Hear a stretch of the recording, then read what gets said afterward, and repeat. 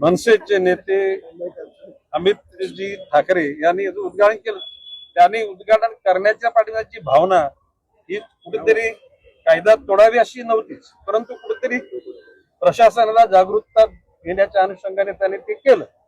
खरं म्हणजे आता त्यांच्यावर गुन्हा नोंदवलेला आहे. मी त्या गुन्हा नोंदवण्याच्या प्रक्रियेशी मी सहमत नाही. ती प्रक्रिया झाली ती एक प्रकारची म्हणजे स्वयंस्फूर्तीने झाली, नॅचरली झाली. राज ठाकरेंना मी बोलवतो की आम्ही बऱ्याच कालखंड आम्ही एकत्र काम केलेलं आहे.